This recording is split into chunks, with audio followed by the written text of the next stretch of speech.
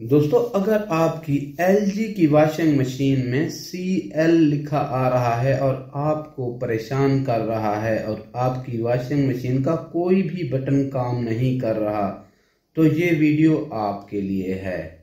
आज मैं आपको बताऊंगा कि CL का क्या मतलब होता है और ये क्यों आता है और हम इसको ठीक करने की कोशिश करेंगे।